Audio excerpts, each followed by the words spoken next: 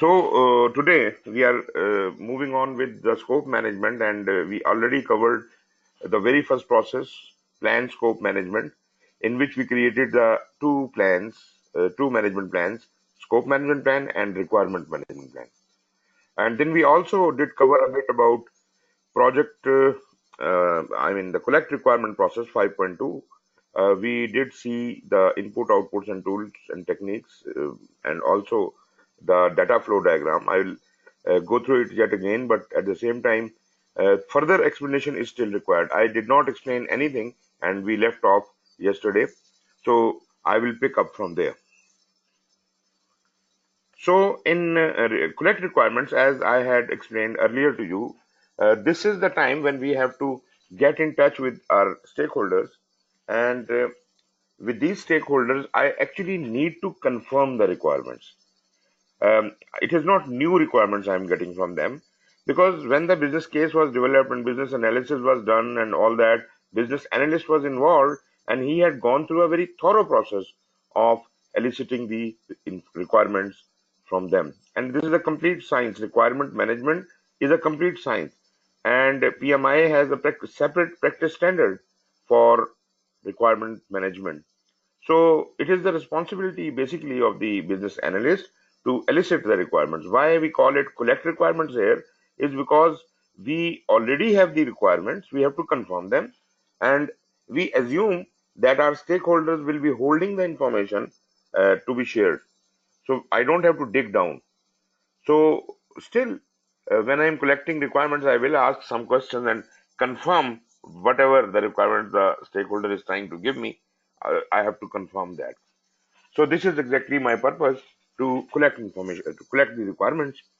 And after I have collected the requirements, naturally, stakeholder would like to put in a lot many of their needs, expectations, and demands into the requirements, which may not be suiting the project, which may not be, which should not be included into the scope of the project. But stakeholder can desire anything, and they can ask anything.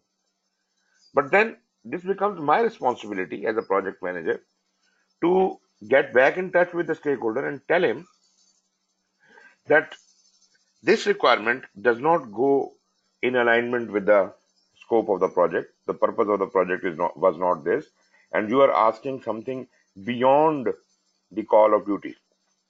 And therefore, I will try to convince the stakeholder that such like requirements, which are absurd, which are not suitable to be included in the project, he must take them back. But you see, I can't just refuse it. So if I can convince the stakeholder, good enough. Otherwise, this will become an issue, because stakeholder wants it, and I don't think it should be added to the project scope, and therefore this is an issue. I cannot resolve it. I tried, but I cannot resolve it. So what can I do? Normal issue escalation path will be adopted, and the issue will be escalated to the next higher level, and that is the project sponsor. Now, I will brief the project sponsor as a project manager. What is the problem?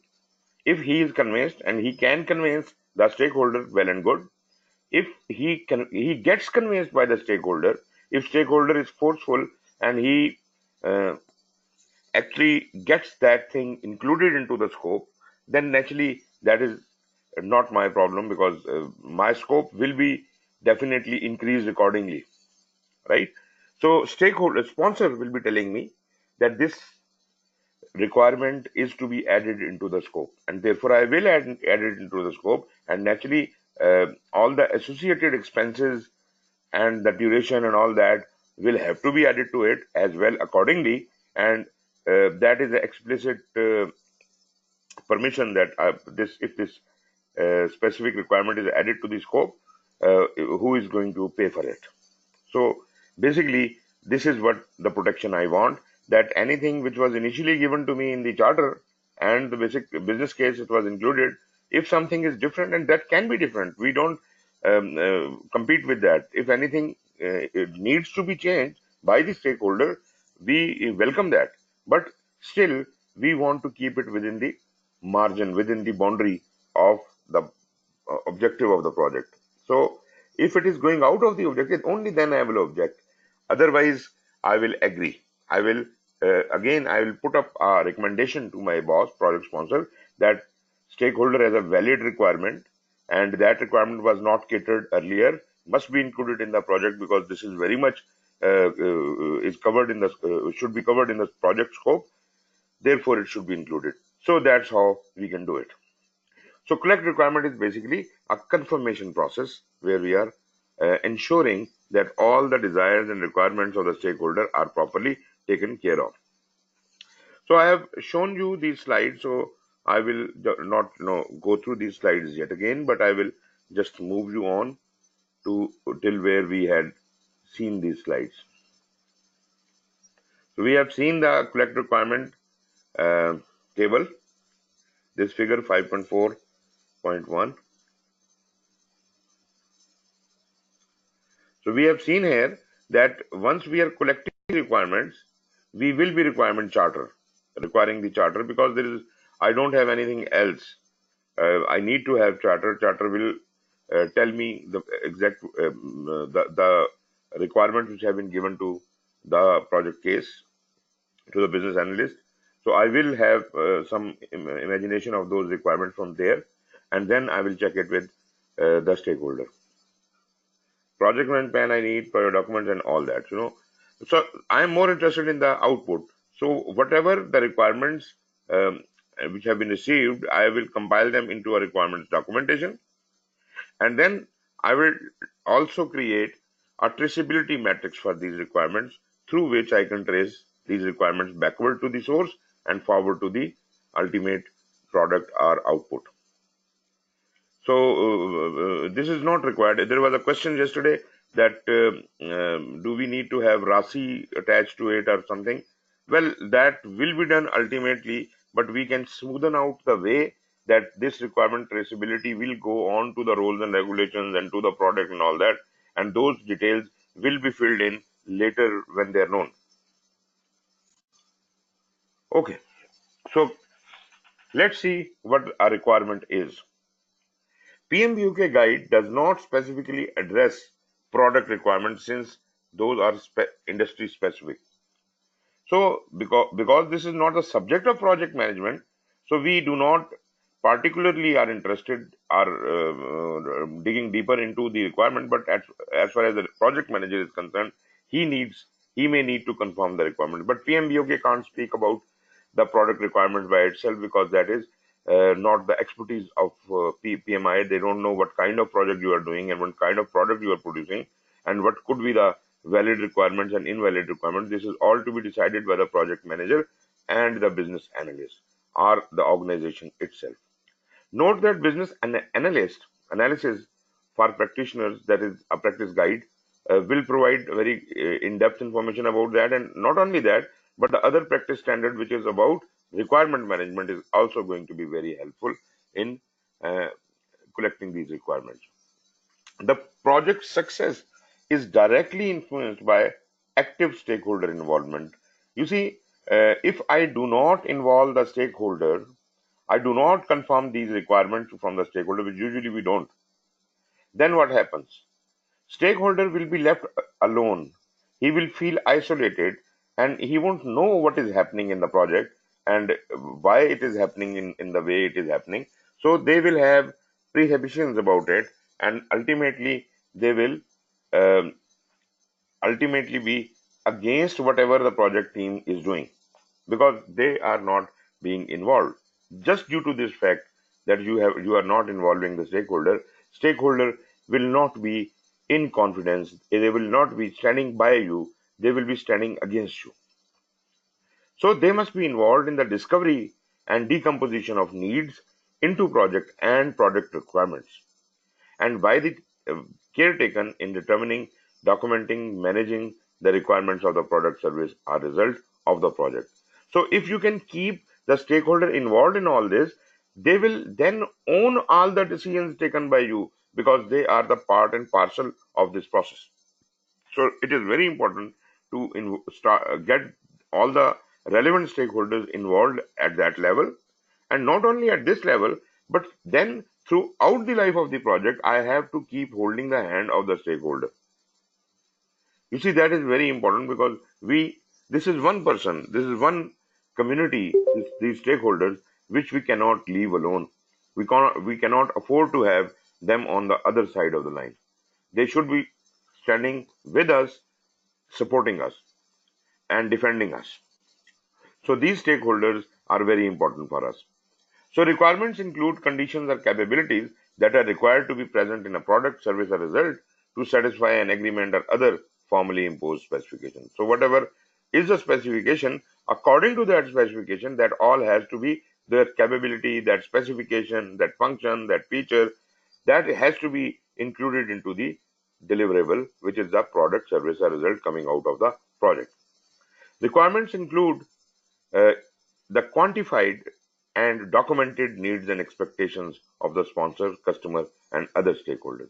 As far as the product is concerned, our product scope is concerned, and the project scope is concerned, those things will come later. But right now, we are only concerned with the requirements because they will ultimately be converted into the product scope and the project scope. So requirements must be documented properly. All the needs and expectations properly get into the requirements documentation, and anything which gets into the requirement documentation must be properly agreed by all the stakeholders. And if there is a conflict, as I said before, that has to be escalated and resolved. So whatever is the decision, whether to include that specification, that requirement or not, must be taken before we can establish the product scope. The next process is define scope, and in the defined scope, we are going to analyze these requirements and convert them into product scope first, and then into the project scope. These requirements need to be elicited, analyzed, and recorded in enough detail to be included in the scope baseline. So we want to understand the requirement up to the level that we are now capable of putting it into the product or project scope, and ultimately forming it into the scope baseline. And later on, to be measured once project execution begins. We should be able to measure whatever requirements we have included. Are they being fulfilled? This mechanism is going to be in the control scope, or validate scope will ensure the product scope. Requirements become the foundation of the WBS. Naturally, once we have these requirements, then we can only then start developing the work breakdown structure, and then naturally, subsequently, we will have cost, schedule, and quality planning and procurement thing going on. So this all is based on these requirements. So we must take them seriously. We must not rely on the initial requirements which were given to us along with the charter and things like that, because those requirements were given to us by prepared by someone who is not actually responsible for conducting the project. We are responsible for conducting the project, and therefore we must know whether this thing can be done or not.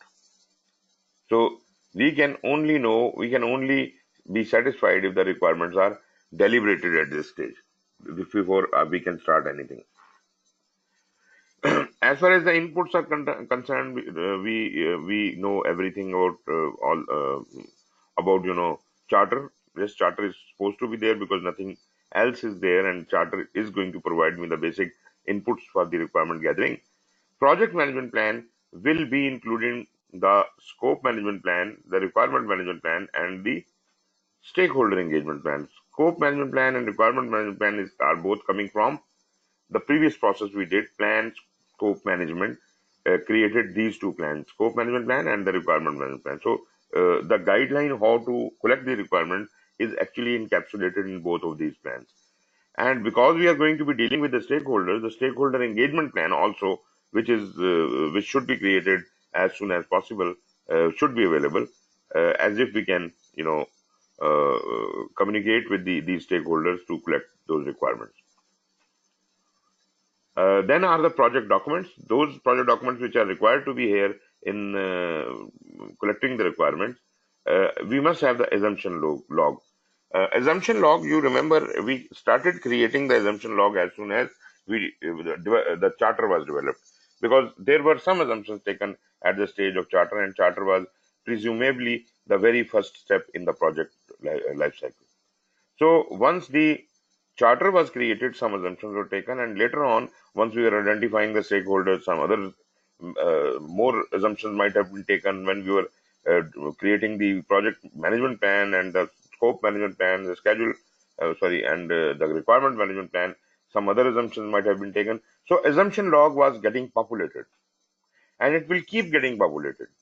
The assumption log identified assumptions about the project, product, environment, stakeholders, and other factors that can influence the requirement. So this is important to understand that when we are trying to collect the requirement.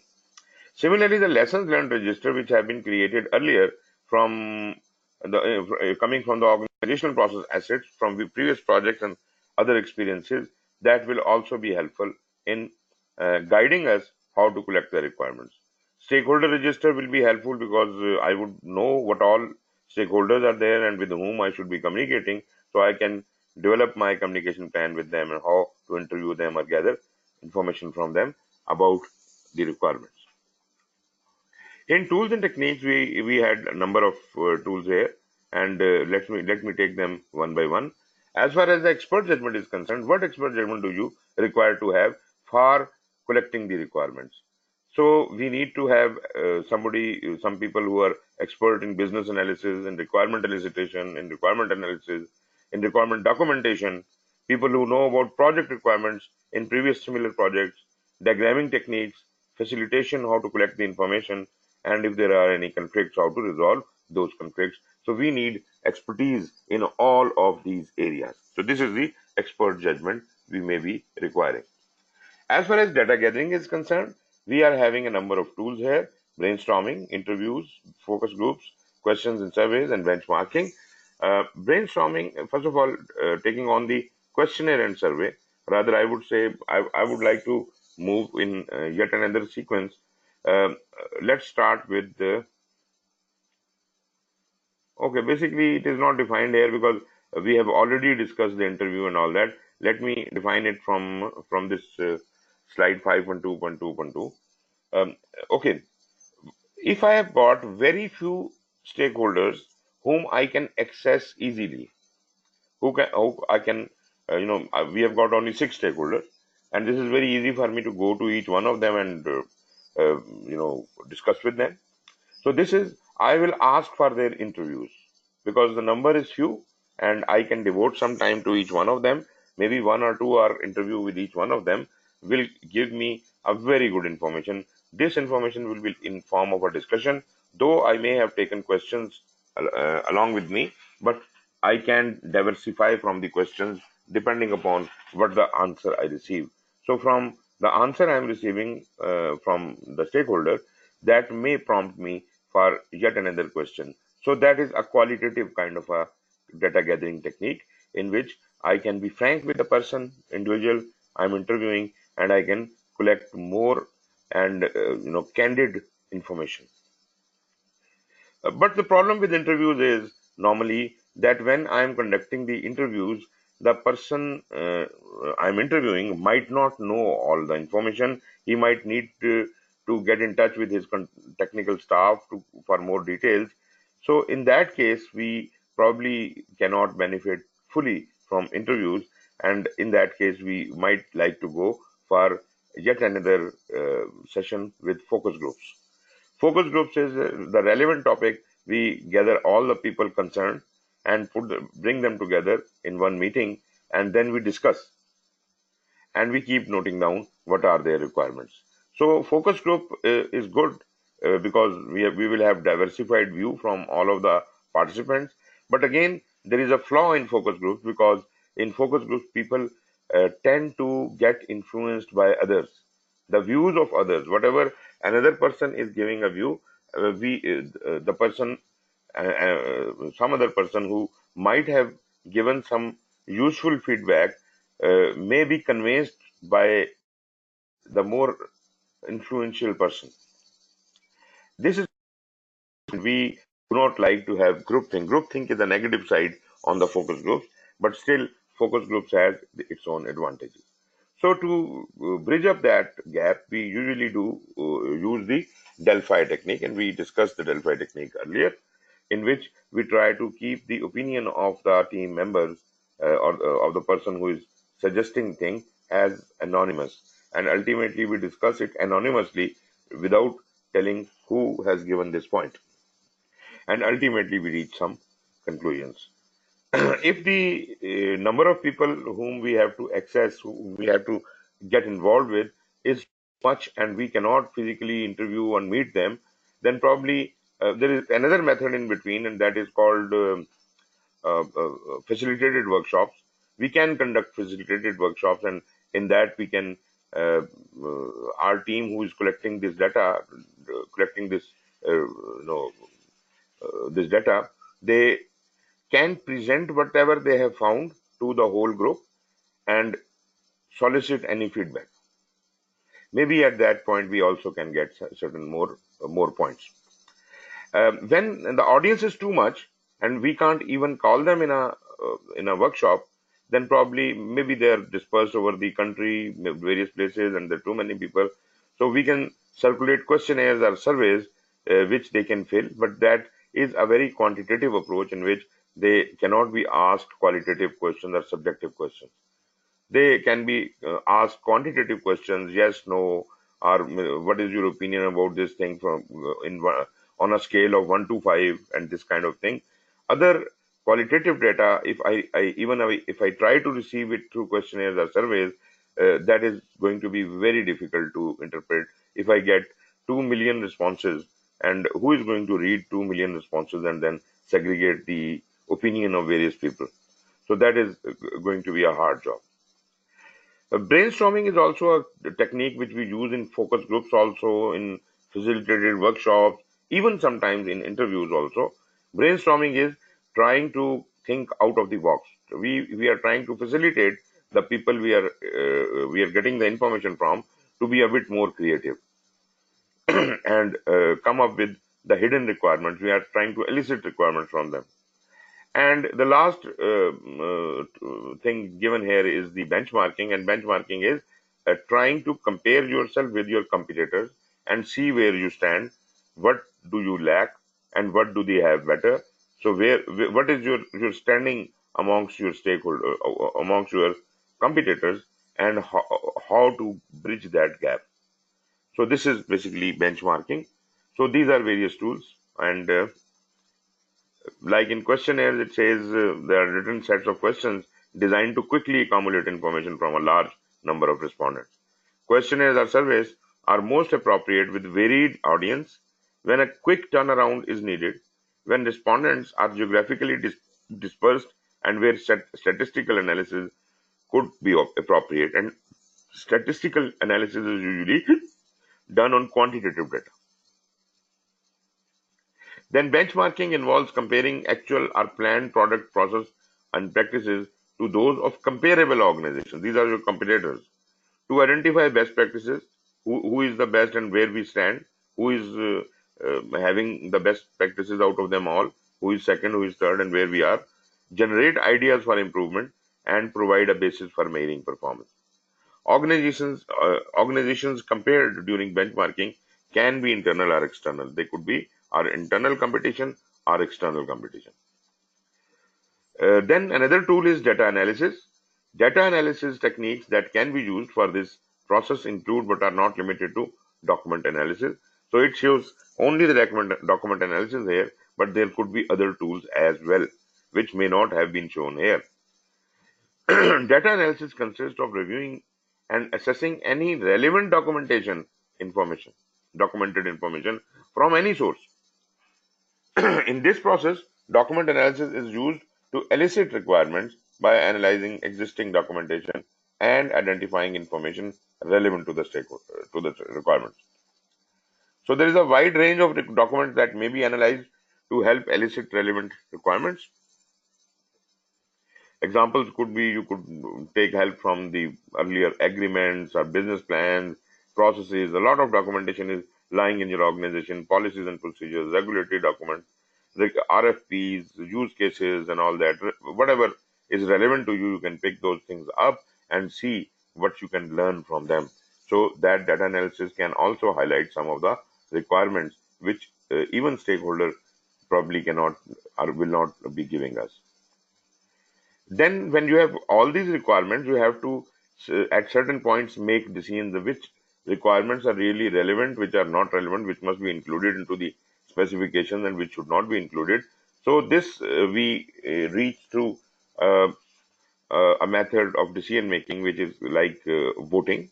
Voting is a collective decision making technique and an assessment process having multiple alternatives with an expected outcome in the form of future action. These techniques can be used to generate, classify, and prioritize product requirements. So, by casting vote, people would determine which is the highest priority thing, which should be included in the requirement, which should not be included in the requirement. Autocratic decision making is something where one individual makes all the decisions. So, this is while voting is more democratic in nature, autocratic is there is one boss and he is the one who is deciding what is to be included in the requirements and what is not to be included. Then we have multi-criteria decision making, decision analysis, in which we look at that various characteristics or functionalities which of those requirements which are needed to be added. Which factors are more important and which are less important? We should have decided them beforehand. Factors I'm talking about. I'm not talking about requirements. We will look for those factors in each requirement. So, what are the various factors about the requirements we cherish, and out of them, what weightage have we given to each one of those factors? So, we will see each requirement from that perspective and do a weighted average system, which is a multi criteria decision making, and ultimately that would help us uh, prioritize those requirements which must be included for this project.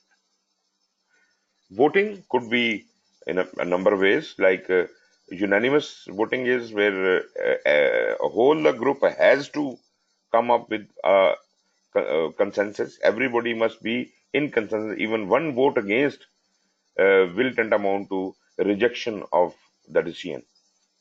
So a decision can only be taken if everybody agrees. This is called unanimous decision.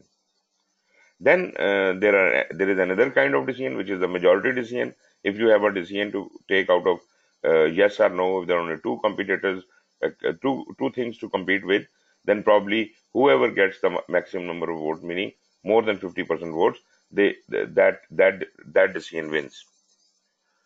Plurality means that you have got more than two options, maybe three, four, or five options. So out of those five options, whichever gets the maximum number of votes, no matter it is over 50% or not, it could be 10%, could be the highest score. So whatever is the highest score, that is selected, and that is called plurality. Next tool is data representation. How are you going to be representing this data? In what way? The one method is affinity diagram. Affinity diagram allows large number of ideas to be classified into various groups for review and analysis. Whereas mind mapping is a modern technique in which we use creativity. We consolidate our ideas in form of diagrams on a piece of paper through individual brainstorming sessions into a single map to reflect commonality and difference in understanding what to generate and to generate new ideas. So, mind mapping is a very interesting technique, and it was invented by Tony Buzan not very long ago. It was probably in 70s he came up with this mind mapping thing, and since then it has been very famous. This is you take a piece of paper, a large piece of paper maybe, and whatever you are trying to do, write that in the center of the paper. Like you say, we are collecting requirements. Okay, you are collecting requirements in what areas? Say you have five different areas in which you are collecting the requirement. So you will name those five requirements, five main topics, and write them around this uh, one item, major item which you have made in between, and link them with lines to the central item. Then you start debating each one of them, and whatever you find, further classification, you keep making branches out of it, just like a work breakdown structure. But in work breakdown structure is coming top down, but this thing is coming from center outwards. So whatever is being discussed and whatever decisions are being taken, they are going to be spread over the whole page, and the outer periphery would be carrying the all the decisions. Those decisions can be collected and put into a list, and that is your list of all the requirements. So that is mind mapping. Then, while you do all this, you need to have interpersonal and team skills, because you are going to be interacting with all these people, and you have to have many conflicts going on, and you have to coordinate every effort. So you will use certain techniques in doing that. One is the nominal group technique. Then you will observe and converse with the people, and most importantly, you are facilitating them. As far as the nominal group technique is concerned, this technique enhances brainstorming with a voting process used to rank the most useful idea for further brainstorming or for prioritization.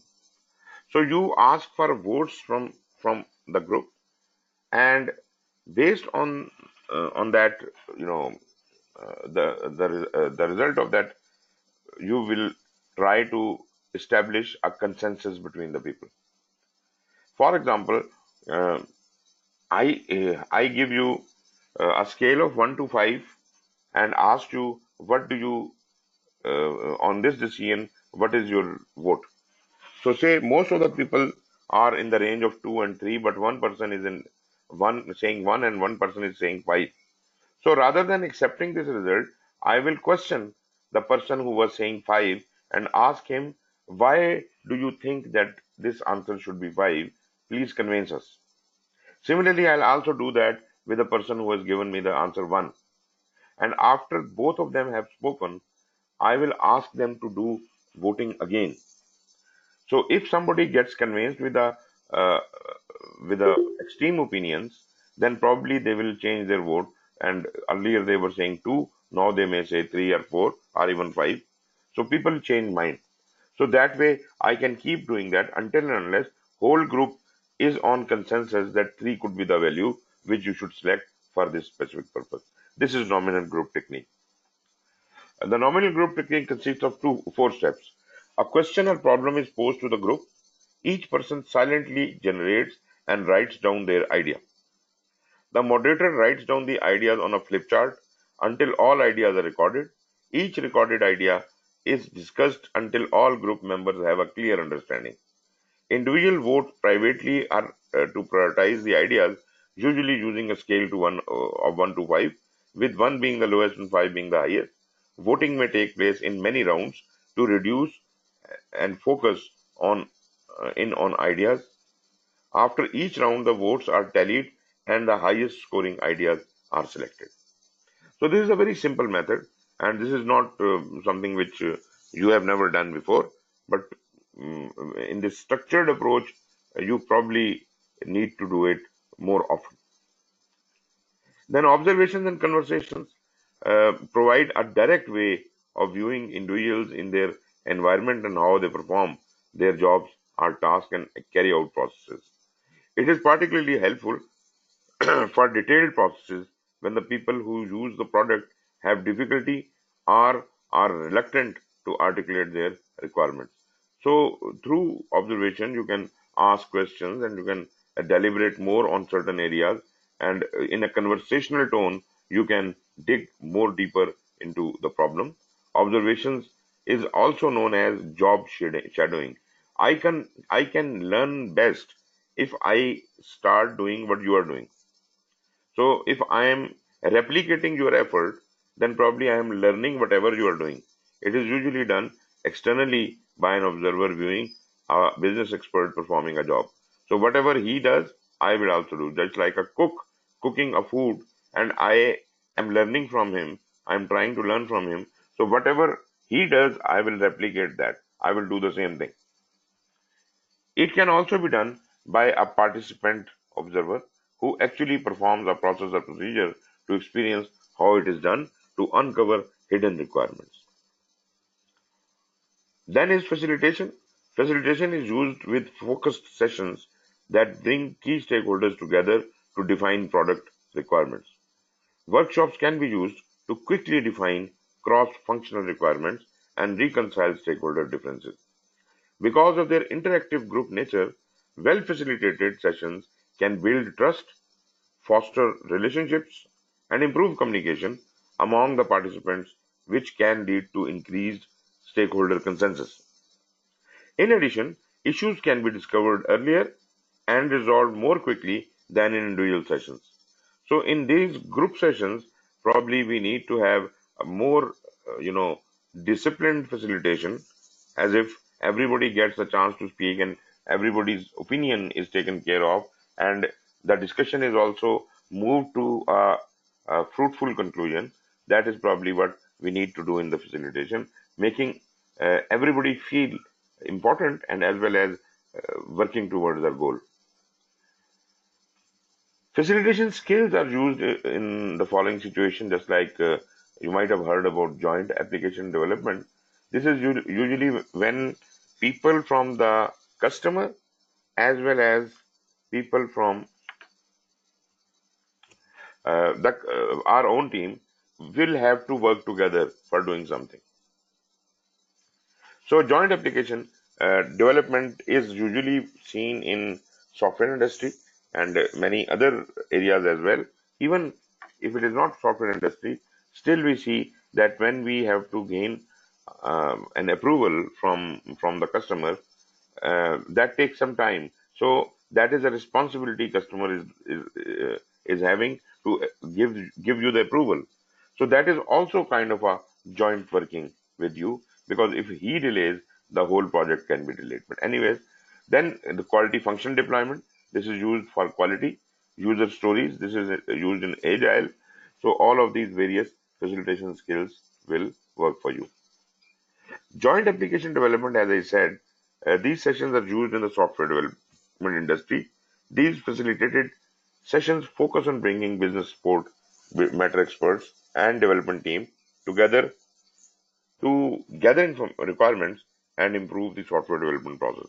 So that way, stakeholders are working together, and ultimately, better results are expected. Quality function deployment. Uh, this is kind of this is a kind of a system in which you first try to understand the customer voice. We call it voice of customer, VOC. So voice of customer, QFD starts by collecting customer needs, also known as voice of customer. Now these are plotted against the various industry demands, industry characteristics, and then we match them together. These needs are then objectively sorted and prioritized, and goals are set for achieving them. So we have to first decide which customer requirements are to be achieved. All of them may not be, but that is to be decided by both ways, by looking into the customer need and also by looking at the technology and the benchmarking, what other people are doing, what other competitors are doing in regard to the same requirement. Users used, as I said, in Agile, which are short textual description of required functionality. One user story encompasses one functionality, are often developed during a requirement workshop. User stories describe the stakeholder role, who benefit from the feature, what the stakeholders need to accomplish, and the benefit to the stakeholder, that is the motivation. Context diagrams. This is an example of a scope model. Context diagram visually depict the product scope by showing business systems, process, equipment, and computer systems, etc., and how people and other systems interact with it. So, what are the various things which have to be interacted upon, and how the interaction will take place? This, if put together, is a context diagram. It shows inputs to the business systems, actors who actually will perform, providing the input, the outputs from the business system, and the actors receiving the output. This is an example of a context diagram. Just look at it. What do we have here? In gray, light gray, we have got the internal users, and in dark gray, we have got the external users. So on the right hand side, the recruiting agency, the job seekers, and external job websites, these all are the external users, and internal users are the hiring manager, the internal associate, internal full-time and part-time contractors. So these are the various actors. These are the actors. Okay, so the arrows which are showing, which are lighter in color, in gray color, they are showing the internal flow, and the dark black arrows are showing the external data flow. And there is a line segregating both sides, and this is showing internal users on one side and external users on the other side. In between, we have got various systems which will have to be interacted upon. That is internal user profile, internal job postings, external job postings, external user profiles. So you see, the external things are interacting with the external actors, internal things are interacting with the internal actors. They all systems are lying at one place. This is a very simple context diagram. There could be still more complicated diagram in which the flow is also shown, but this is a good example of context diagram. Then is prototyping. G Faisal.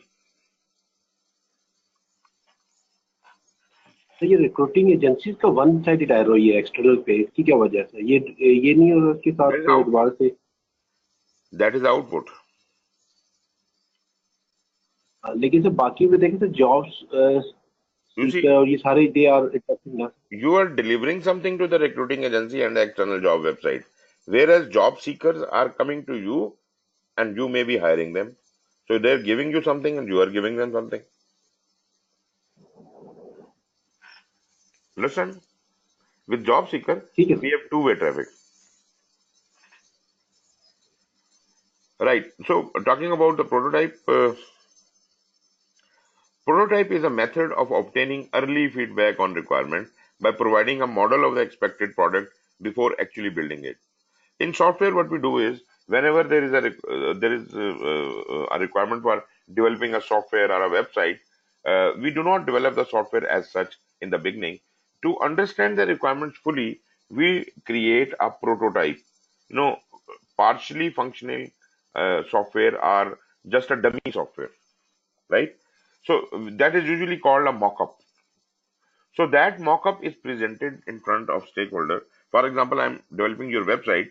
So I will ask all the requirements, how your website should look like, what do you want in it, and so naturally there will be a lot of working in the background, but we at least whatever would be in the front screen, that we create as a model, and we present that as a mock-up to the customer. Is it how you want to look your software or your website? So he may say, no, I don't want this button here. You can move this text from here to here and add something here and delete something from here. And then we will talk about what are the linkages with the backward databases and all that, how the data is extracted from the databases and how it is presented in various formats. So we just talk about first the mockup, and if the mockup, which is the prototype, is approved, then we move ahead with the next step. And then I may start working on another aspect and then create another mockup, and we can have a number of mockups, and ultimately we can create the ultimate project. Examples of prototypes are small scale products like computer generated 2D or 3D models, mockups, or simulations. For example, when you want your house constructed, you explain should have 3 bedrooms, bedroom should be this size and that size and all that. But until and unless an architect can show you the drawing of that house, you cannot really be satisfied. And some of the people will not understand the drawing. They would like to see the 3D view. So he creates a 3D view also on paper. And even then, if you are unable to visualize, you may be presented with a 3D model of your house. You might have seen multi-story buildings, they create a 3D model before construction starts. So that 3D model is there to explain what is happening and how things will be created. So that 3D model is basically a mock-up. So based on that, we elicit further requirements. Prototypes allow stakeholders to experiment with a model of the final product rather than being limited to discussing abstract representations of their requirements. So the discussion on requirements should not be in air.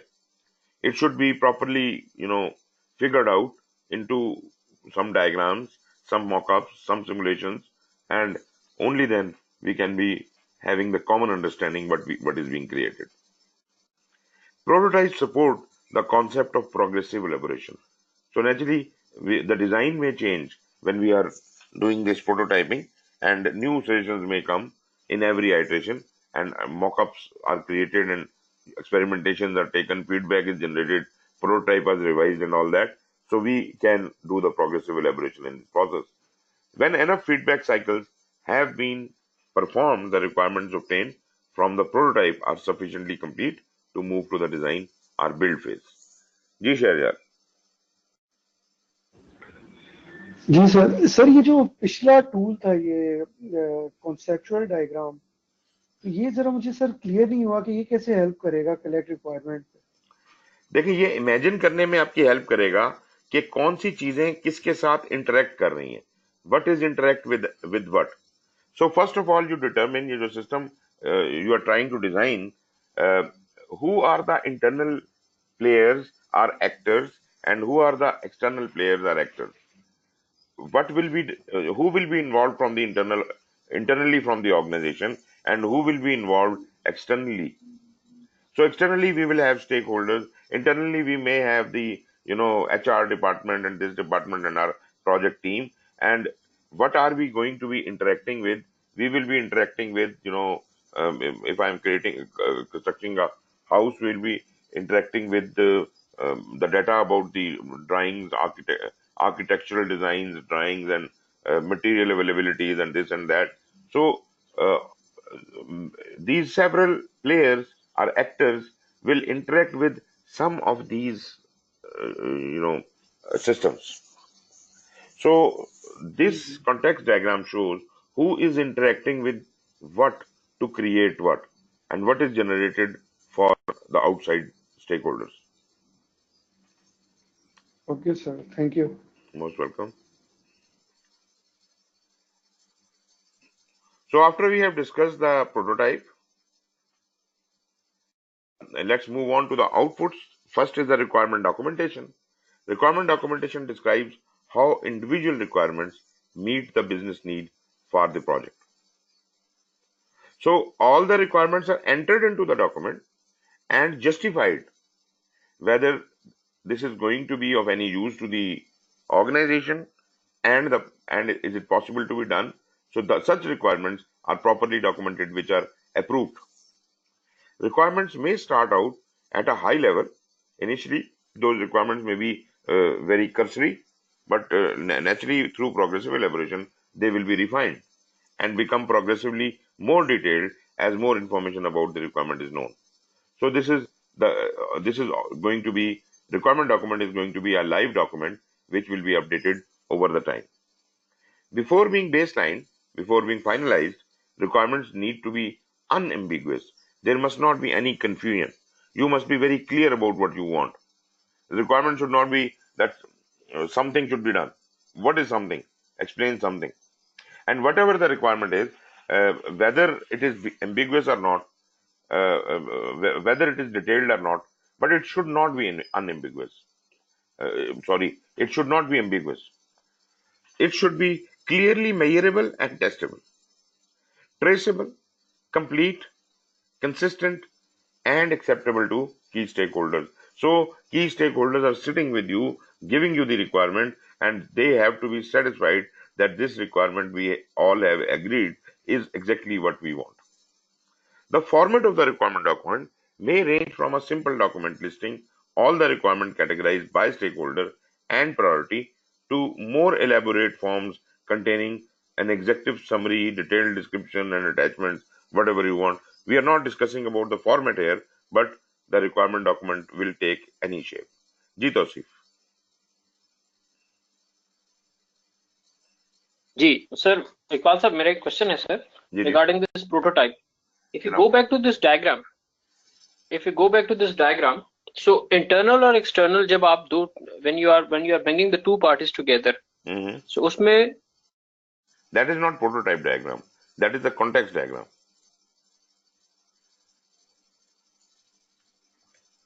I am bringing it back. Take some time. Yes, this is it.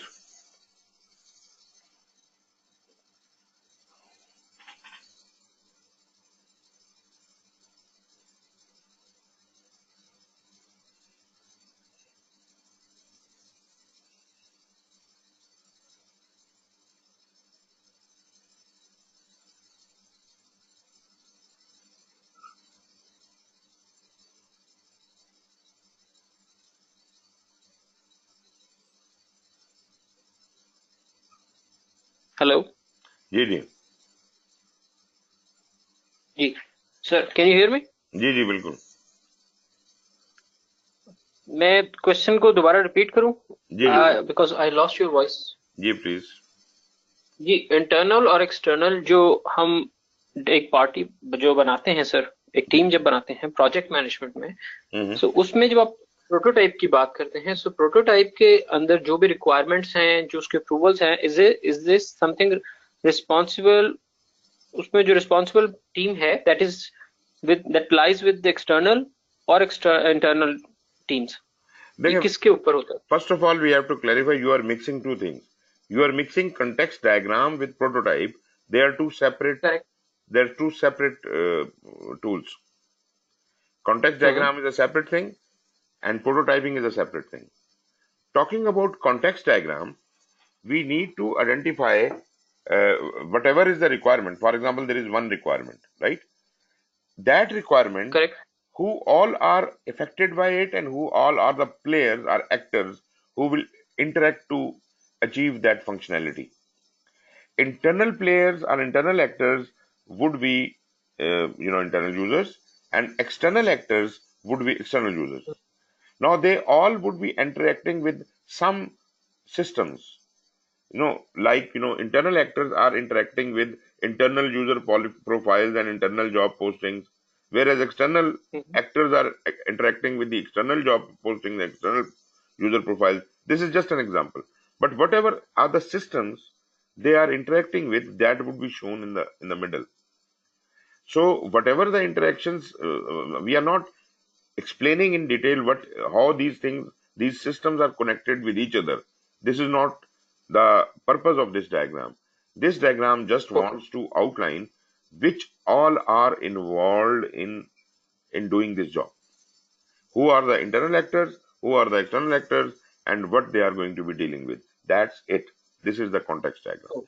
तो sir इसमें जो इकबाल साहब जो risk और rewards हैं, इसकी भी कोई जो है आइडेंटिफिकेशन नहीं होती कि risk and rewards for the failure of that project lies with the internal और एक्सटर्नल स्टेक होल्डर्स? ये कॉन्टेक्स्ट डायग्राम यहाँ नहीं होगा. That is not the subject of it. You need to clarify your mind what you are getting involved in. We are talking about the requirements here. So there is a requirement, there is a functionality the customer wants. So to achieve that functionality, what I need to do, I'm not going in detail. I'm just saying, okay, these people will be involved from the internal users, and these people will be involved from the outer users, and these are the systems we will be interacting with. That's it. We are not going in further detail. As far as the risk is concerned, once the requirements are finalized, once the product scope is established, once the project scope is established, then we will be talking about the risk and all that. Thank you, sir. Most welcome.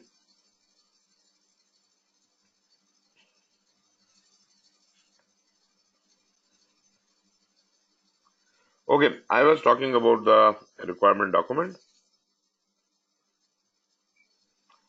So, as I covered this, that many organizations categorize requirement into different types.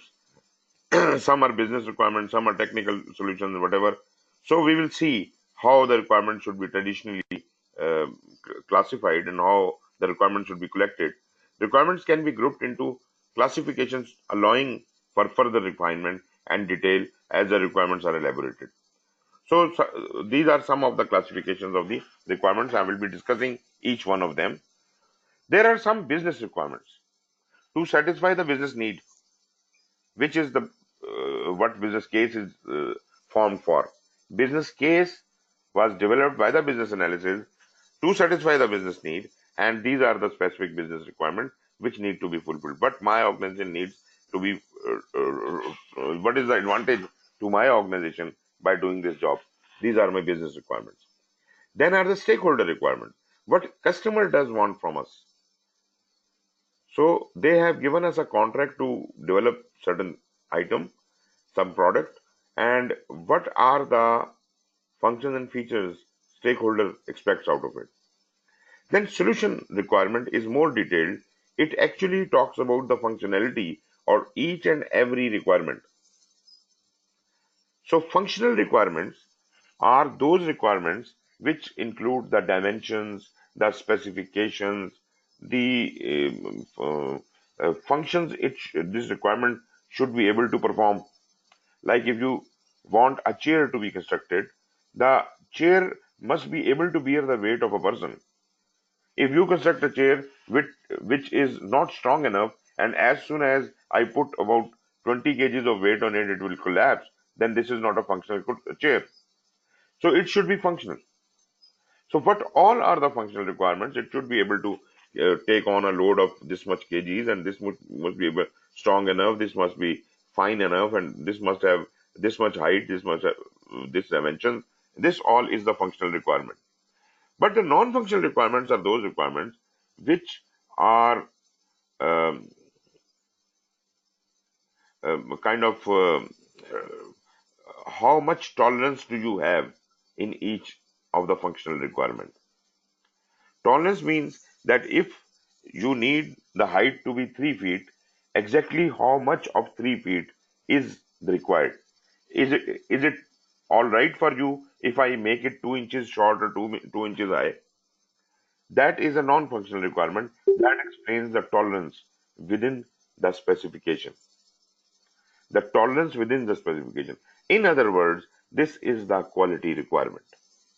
So against every functional requirement, there will be a non-functional requirement, and that would be explaining the acceptance limit or the tolerance for each specification.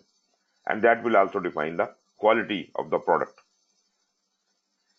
Then once you have created that requirement, created that product, and it is to be handed over back to operations, then there are certain transition and readiness requirements.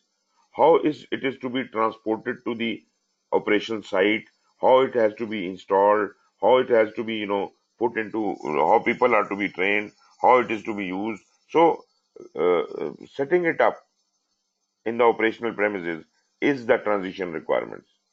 And then are the project requirements, exclusive requirements from the project management side. The project should have a charter, project should have these people and whatever. So specific to project requirements, project management related requirements are the project requirements. Now comes the quality requirements. These quality requirements are not the project quality requirements. These are the organizational quality requirements.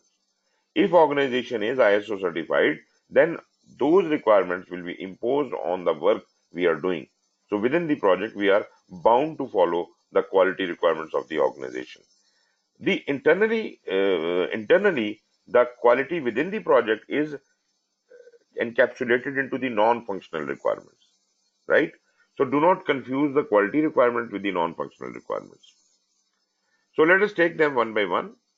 Business requirements, these describe the higher level needs of the organization as a whole, such as the business issues or opportunities and reasons why a project has been undertaken.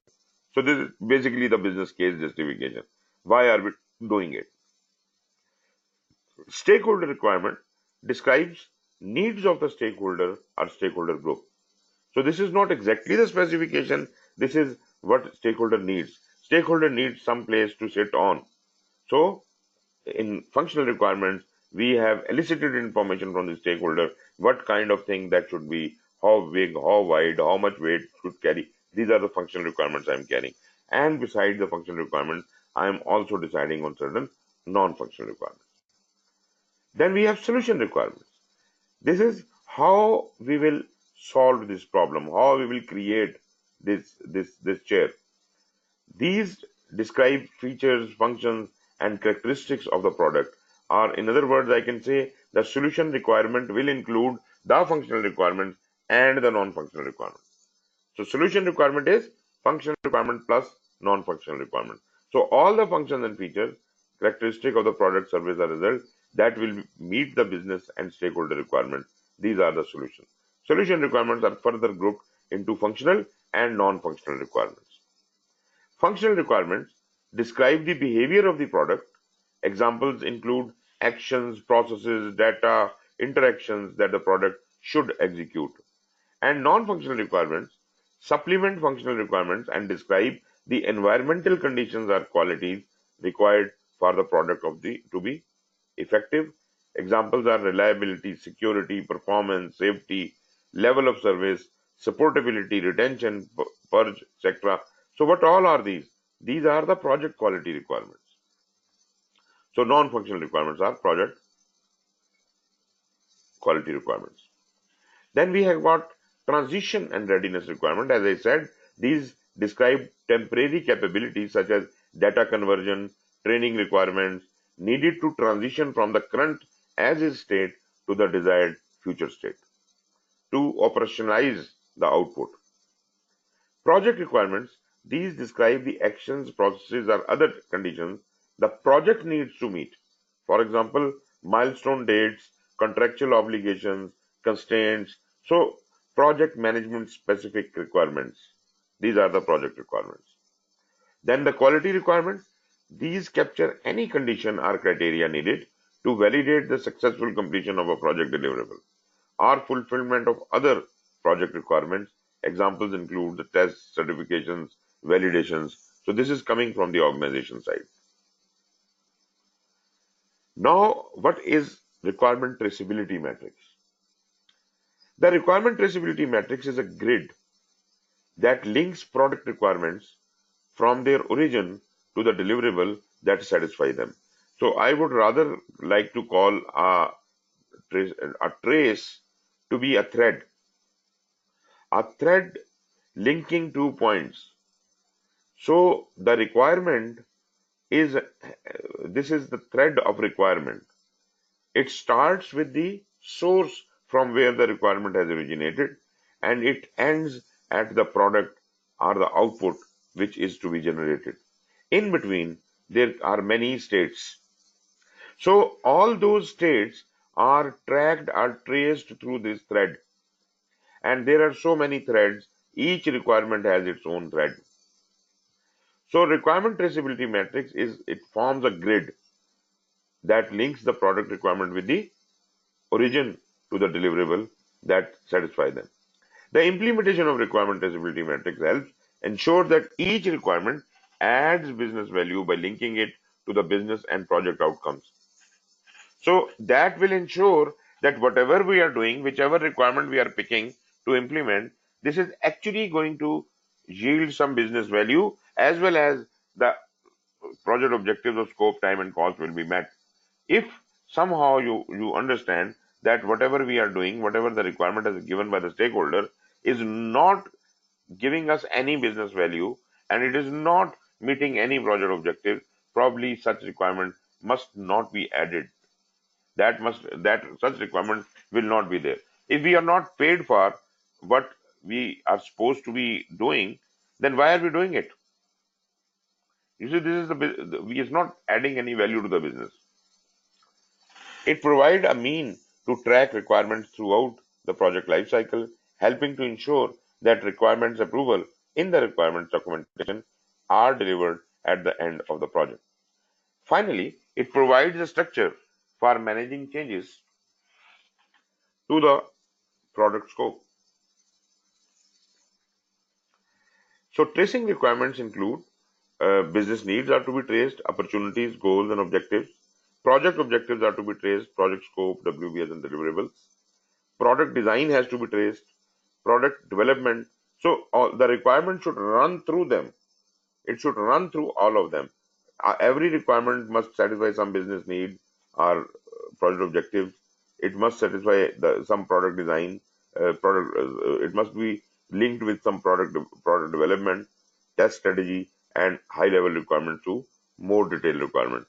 So this is the thread is running through all of these various requirements, various stages. Attributes associated with each requirement can be recorded in a requirement traceability matrix. I'll show you this. These attributes help to define key information about the requirement. Typical attributes, what all must be addressed in this traceability matrix should be every requirement should have a unique number or identifier. It should have a brief description, textual description of the requirement. It should be some rationale for inclusion here. It must have a owner. It must have a source. It must have a priority. There must be a versioning system for that. It should show what is the current status of this specific requirement. Is it active? It is cancelled. It is deferred. It is added, approved, assigned, or completed, and the status date. What is the current status date? Additional attributes could also be included, like stability, how stable this requirement is, how complex this is, what is the acceptance criteria for this requirement. So just to have an idea how a traceability matrix may look like. So this traceability matrix is just an example. This is not something PMI is suggesting that this is what you should adopt, and it does not include all of the things which I have just enlisted in front of you. Some of the things, some important things are shown here. So you write the project name, the cost center, and the project description, and underneath is the requirement traceability matrix. There is an identification number. There is yet another associate ID number, which could be, as I said before, there must be some linkage with other numbering systems we have, like WBS, like resource breakdown structure and all that. So to have those associations, we may have more than one numbering systems. What is the requirement? Brief description of the requirement here. Which business need, opportunity, goal, or objective does it satisfy? That must be written down here. Which project objectives does it satisfy? What are the WBS deliverables which this requirement associate with? What product design is being fulfilled through is fulfilling this requirement? What product development is fulfilling this requirement? And what are the test cases for this requirement? So you see, these are some of the headings which are explicitly important for this requirement. You can add many more columns into it, many more attributes to it, and you can create your own, you can design your own. But this way, you can always get back and see that this requirement, which maybe you can add the name of the source or sponsor here. So who gave this requirement and why? When was it given? The date might be provided also. When was this requirement changed? Another date could be provided. Change request, configuration data can also be there. So all these things can be there in the requirement traceability matrix. So this is how it may look like. So this brings us to the end of this process. If there are any questions, please ask.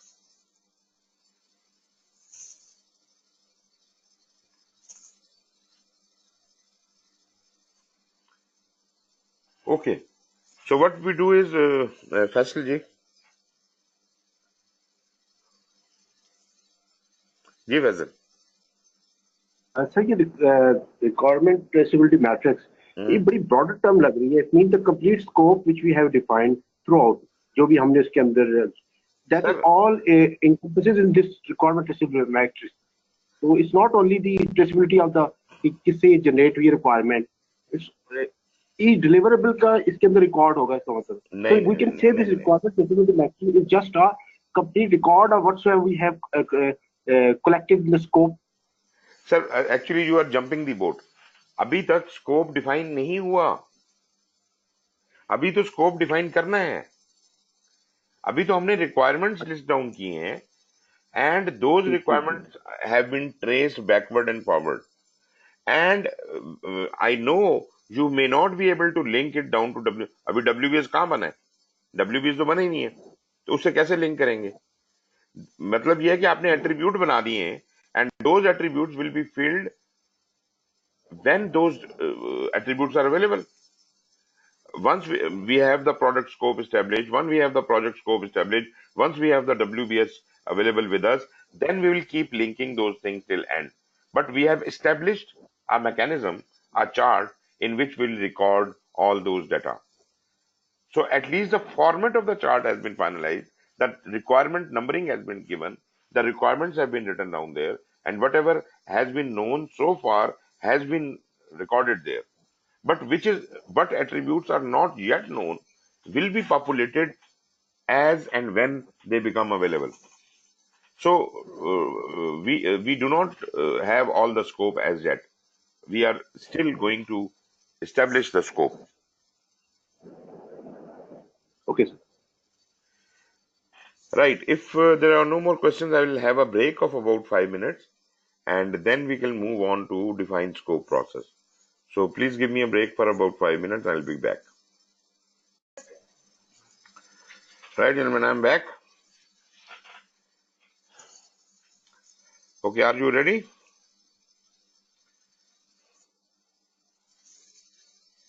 Okay. Only Azim is ready, nobody else is ready. Yes, now people are getting ready. Okay, fine. Let us talk about 5.3, that is define scope, and that is very important because this is where the scope is elaborated in detail. The maximum level of elaboration of scope happens in defined scope. I do agree that scope did exist in business case, it did exist in the feasibility study, it did exist in the project charter, it did exist in a lot many documents. But the level of detail in scope which we are going to get in scope statement is going to be the output of this process. And why this is the most detailed scope is because it is created by the person who is going to do the project. Project manager is creating it. None of the other scopes about the same project had been created by the project manager. They were abstract in form.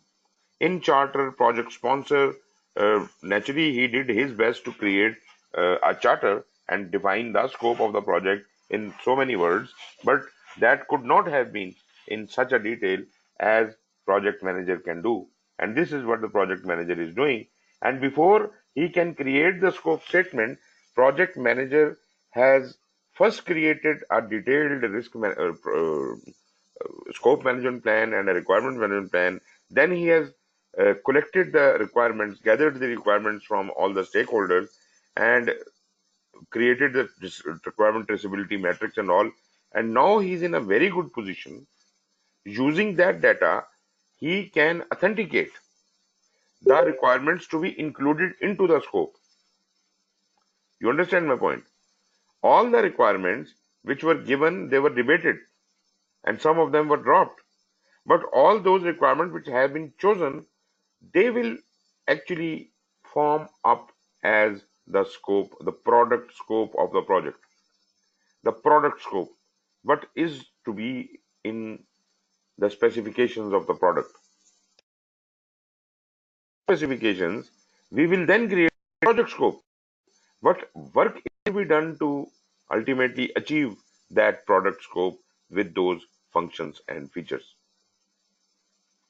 So we need to have the requirement we have determined to be analyzed, formed into a product scope, and then we should determine the project scope, and then we will determine what is the approach, what are the various methods through which I can achieve this target. You see, if I have to construct a chair, there might be 10 different ways of doing it. So I will consider all the various methods of making the chair, and then I will decide which is the best method, and therefore in doing so I will have to have the pros and cons of each method. and then I will select the best out of those. Once I have selected the method, this is the alternatives identification and alternative selection. Once the best alternative has been selected, that is the time when I develop my methodology or approach. How will I attack this project? How will I do this project? In what steps I will conduct this project? I will do this work in how many stages or phases. So the life cycle of the project will be defined for this project here in scope statement. How many phases and what will be the output of each phase, who will be responsible for that phase, and what is the ultimate output of the project. So this all has to be decided in the approach, and once that much job is done, that is enough detail for scope statement available now. This is the scope statement. Well, we can elaborate it further, but naturally that is the job of the next process, that is create WBS, where we break down these the major scope into further work packages. But here we are not going to do that. I'll repeat again. What we have done is we have analyzed the requirements, we have established the product scope, established the project scope, identified the various alternatives and selected the best alternative, and that alternative has to be broken down, and the approach has to be selected, and according to that approach we will break down our this approach into various phases, and we will define also what will be the output or deliverable of each phase, what we'll get at the end of every phase, and who would generally be responsible for that, and ultimately what will be the output of the whole product, which we already know, and who is responsible for that. So once that much is done, then small little details can further be added, like assumptions, constraints, major risks, and all that. So this all can be done, which is already given in project charter. They are further elaborated. Almost all those headings are given in project charter. They are further elaborated. But this statement, once created, project scope statement when created, is basically the most detailed document about scope ever created in the life of a project, though it is also progressively elaborated. But nobody ever before could have developed a scope in this much detail, because this is, as I said, this is being developed by the person who is going to do this job, right? So this is the defined scope process. So defined scope process is the process of developing a detailed description of the project and product. Key benefit of this process is that it describes the product, service, or result, boundaries, and acceptance criteria. Acceptance criteria, what does that mean? That means how the output or deliverable of every phase or the whole project will be accepted. The acceptance criteria is established here. How the scope is going to be validated is established here.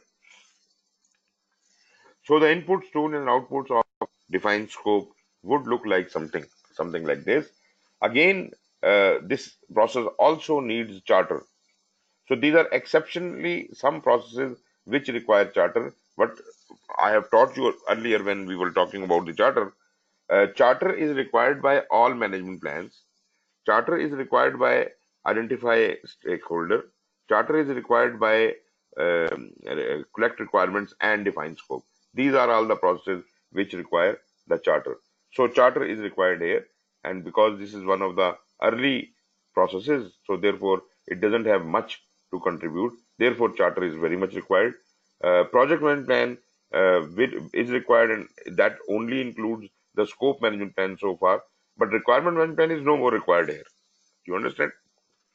Because the job of the requirement management plan is done, that is only useful for collect requirements. So whenever we are progressively elaborating on the collect requirement process, the requirement management plan will again and again be used there, but not here.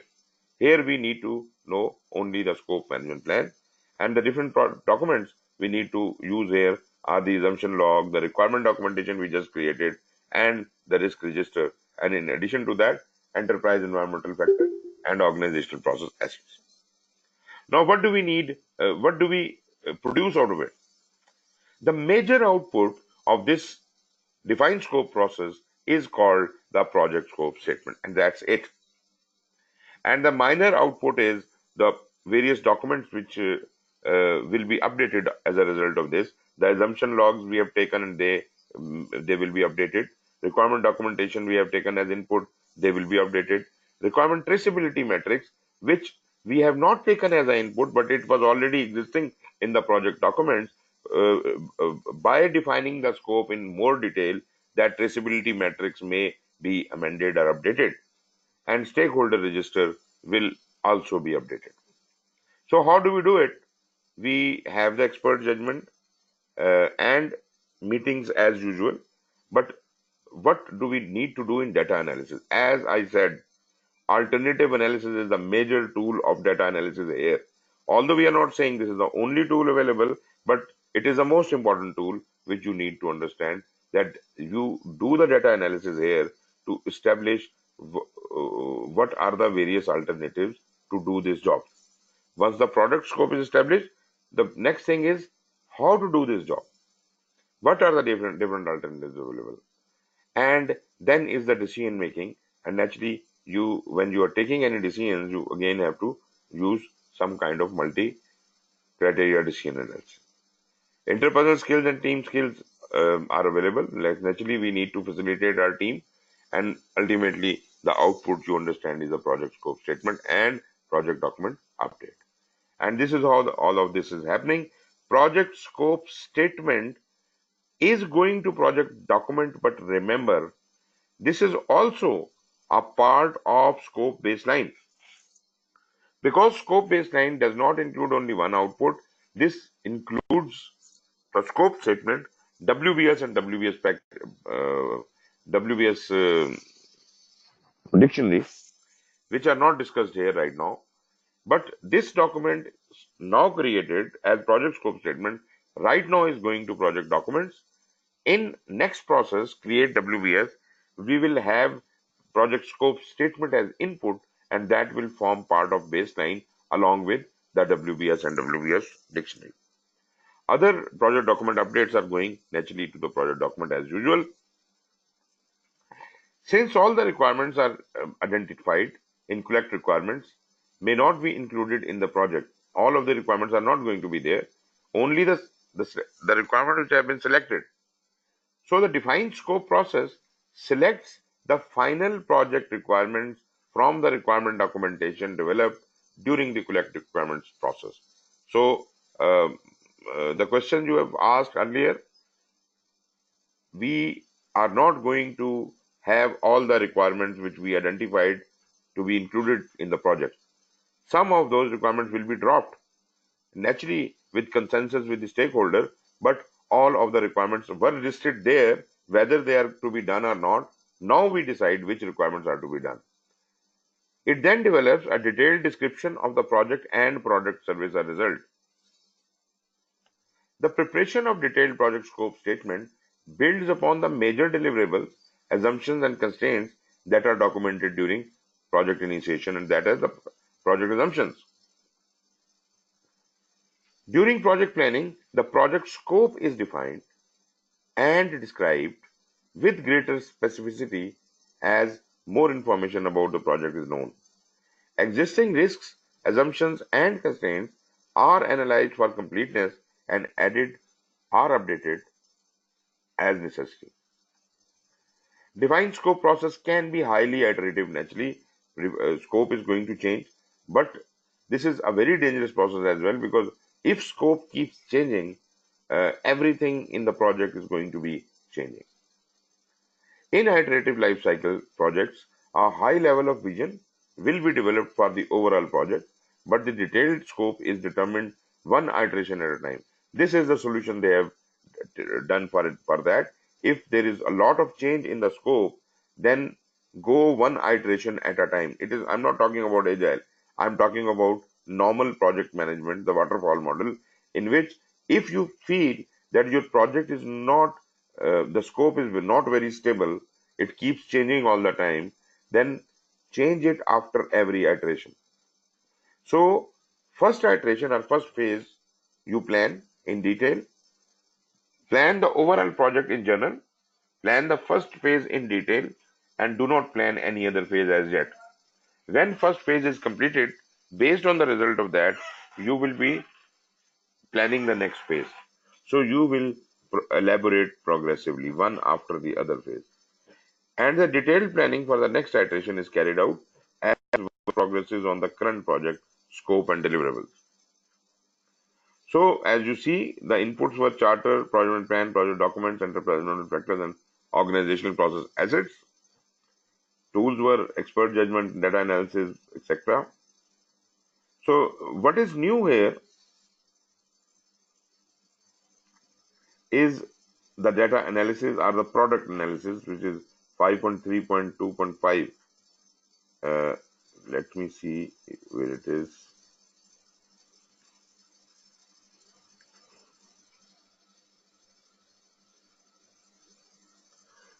Okay, I'm sorry it is not written here, but one of the outputs is product analysis also.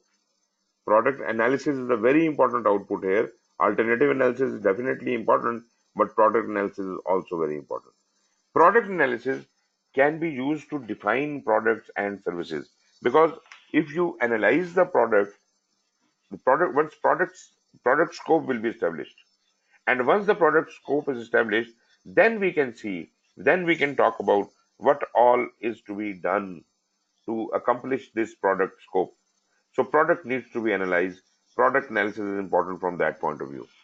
It can be used to define products and services. It includes asking questions about a product or service and forming answers to describe the use, characteristics, and other relevant aspects of what is going to be delivered.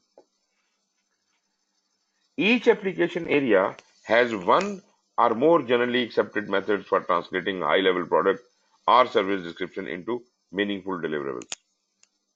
Requirements are captured at a high level and decomposed at the level of detail needed to design the final product. So those requirements uh, which we collected and selected out of those have been brought in to this process of defined scope. They are to be decomposed to a comfortable level, as if we can understand what is to be created, what is going to be the output. So here the output product is generally becomes clear. And because the product is clear here, product scope is defined here, only then the requirement traceability matrix can be updated accordingly, because now we know the product. So which requirements are contributing to this product will be exactly clear at this stage. So your requirement traceability matrix will keep getting populated.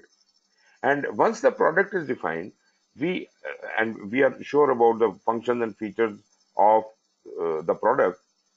That is the time when we start thinking about what job is to be done, what work is to be done to accomplish this product. So this is as far as the product analysis. The examples could be, you could come up with a product breakdown structure. I have to make a car. Car has this many parts. This part has got this many further parts, and so on. Requirements analysis can be done.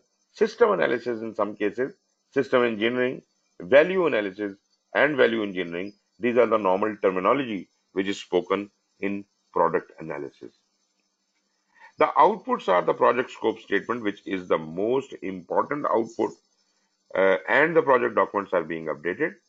The project scope statement is the description of the project scope, major deliverables, assumptions, and constraints. So this document, project scope statement, consists of the chosen requirements, the product scope, the project scope, uh, how the alternatives analysis, the product analysis, and naturally the phases, and what are the deliverables and what are the responsibilities, and naturally assumptions, constraints, etc. Scope statement documents the entire scope, including the project and product scope. It describes the project's deliverables in detail.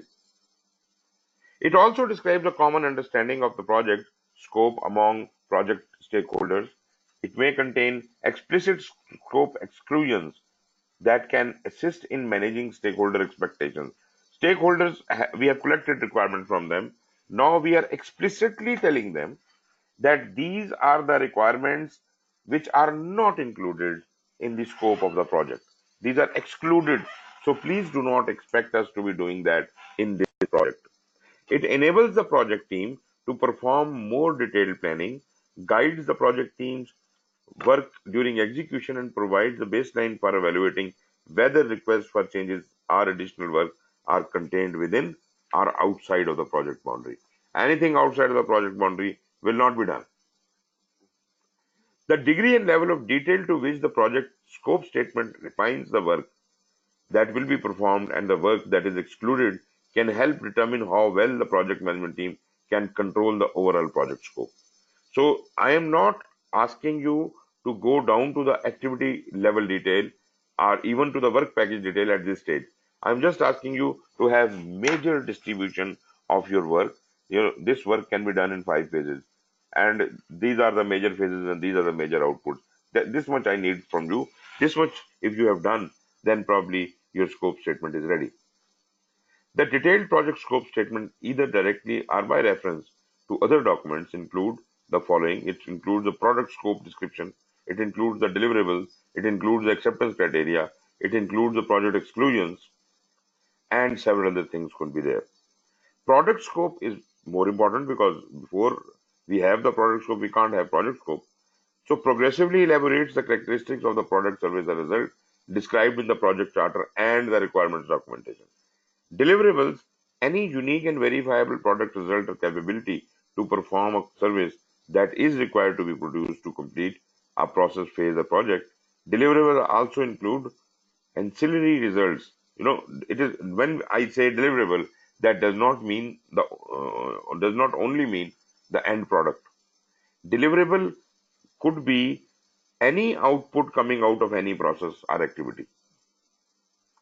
For example, if I'm making water bottles, then if a process is making the cap of the water bottle, that cap is also a deliverable.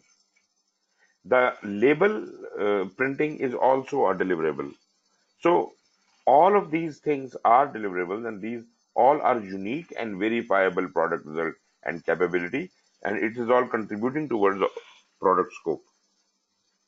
And acceptance criteria for each and every of these items, there must be the acceptance criteria already established, which will be checked in validate scope, a set of conditions that is required to be met before deliverables are accepted.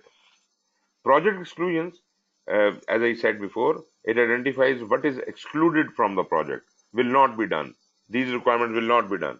Explicitly stating what is out of scope for the project helps manage stakeholder expectations and can reduce scope creep.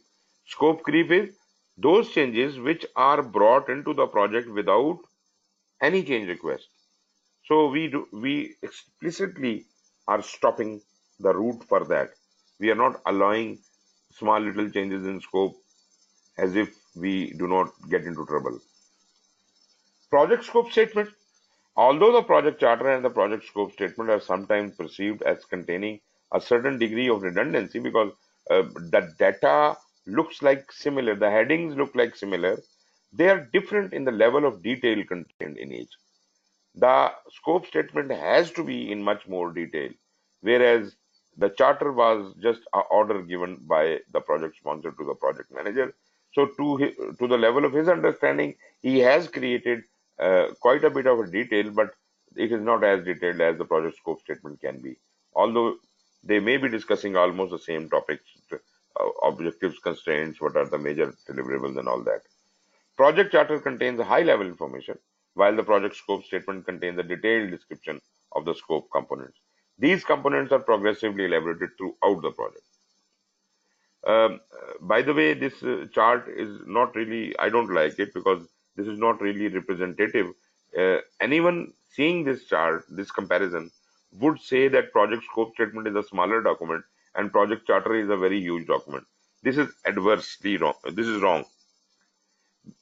Actually, all the headings given in charter may have been there in the project scope statement, but the level of detail of charter each heading of the charter is not as much as you can have in scope statement.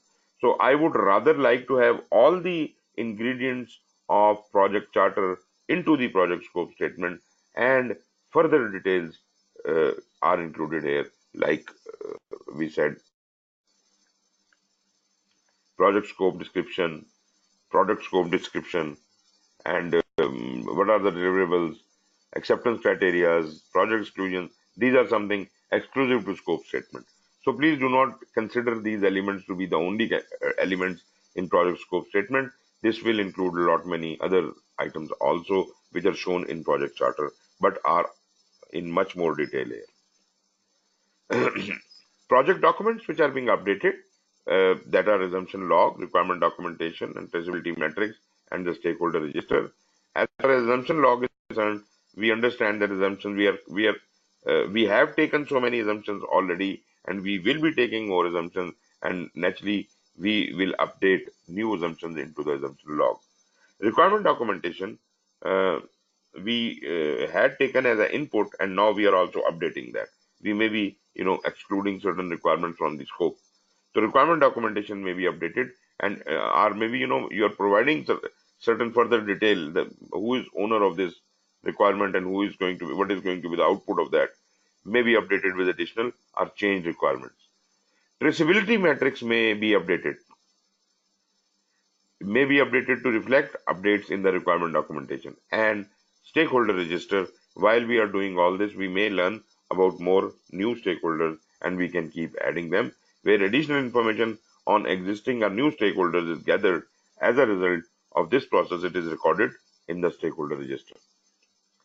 So this brings us to the end of the third process.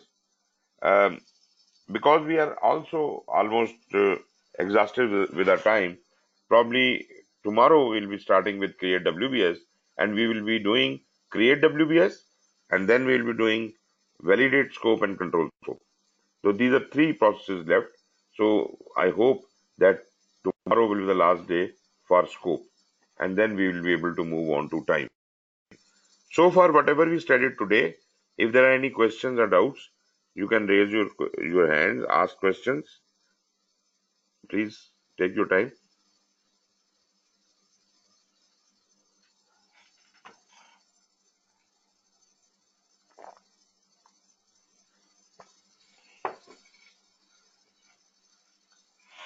Ji, anyone with a question?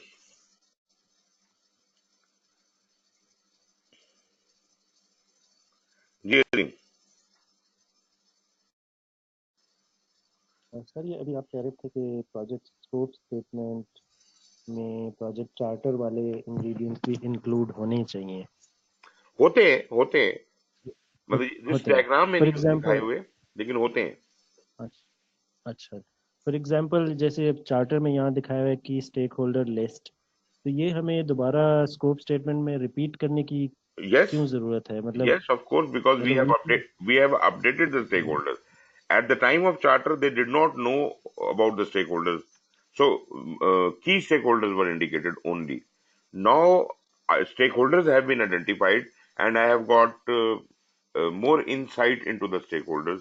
Therefore, I can provide a good list of stakeholders. So charter is also the input of course, this defined scope. जी बिल्कुल. So once we are finished with the scope statement, we can give input back to the project charter because stakeholders. No. There is no need, because this is the natural conclusion. Because of the charter, there is a scope statement. So therefore, you don't need to update the charter. Charter is never updated like that. The interesting thing is, when the project sponsor was writing the charter, he was writing it for the project manager. So it was a kind of order to the project manager. This is what you need to do. And project manager accepted this job without any comments. Now is the time when project manager is getting back to the project sponsor and telling him that this job what you had assigned me it can be done, and this is how I'm going to do it. You see, this is a kind of a confirmation for manager. So if project manager somehow thinks that the job which has been assigned to me, it is undoable, it is not possible to be done, this is the time he will refuse it with reason. He will provide in the project scope statement all the reasons why this project should not be done. Or he may request more resources Yes, or of course. duration. Yeah. So with Okay, logic, okay. with the reason, and he will make his case in the project scope statement. Project scope statement is the case of the project manager. So जैसे वो शिकवा जवाब शिकवा होता है ना, तो that was charter is the शिकवा and this is जवाब शिकवा. So project manager, when he writes this statement, scope statement, and he gets it approved, after that he cannot, he has himself written in the scope statement that this job project can be done, and this is the alternative, and this is how I'll do it. Now he is responsible for that. Responsible and accountable as well. Exactly, he has taken on the responsibility and accountability by himself, and he has proven that this document says that this is how it can be done. If it could not have been done, he should have pointed it out here. Yes, at this point, yes. Yeah. Thank you. Most welcome. Any other questions, dear? Anyone? Okay, if there are no more questions, then you must say happy birthday to me with my birthday prayer. Okay, thank you. Thank you very much, and take care.